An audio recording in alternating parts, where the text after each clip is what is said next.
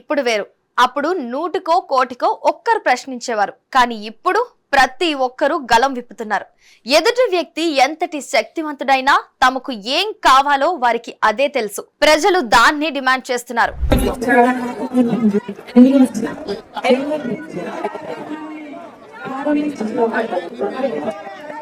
మేడారంలో ముఖ్యమంత్రి పర్యటనలో బుచ్చమ్మ అనే వృద్ధురాలు ముఖ్యమంత్రి రేవంత్ రెడ్డిని ఇల్లు ఇవ్వమని అడిగింది.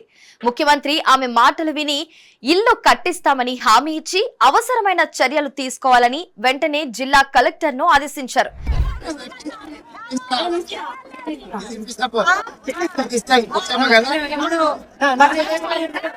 దీంతో ఆమె కల నెరవేరింది. ఇది చూసిన ప్రజలు అడగందే అమ్మైనా అన్నం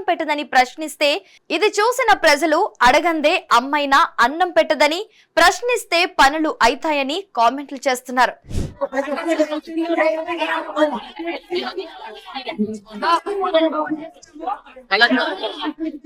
ప్రస్తుతం ఈ వీడియో సోషల్ మీడియాలో వైరల్ గా మారింది.